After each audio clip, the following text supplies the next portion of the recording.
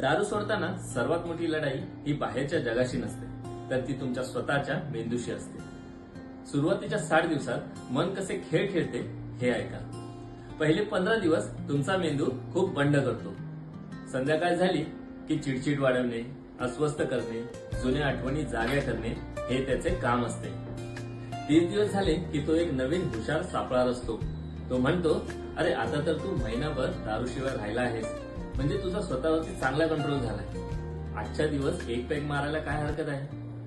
90% लोक इथेच फसतात आणि पुन्हा सुरू करतात.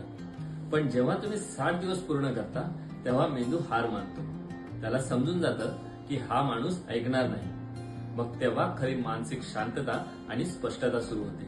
मन तुम्हाला मागे खेचेल, पण तुम्ही त्याच्या विचारांपेक्षा मजबूत आहात हे स्वतःला रोज सिद्ध करा, अगदी 60 दिवसांनंतरही. तुम्हाला कधी असा एक पेग घेण्याचा विचार मनात आला आहे का? आणि तुम्ही स्वतःला कसं रोखलं?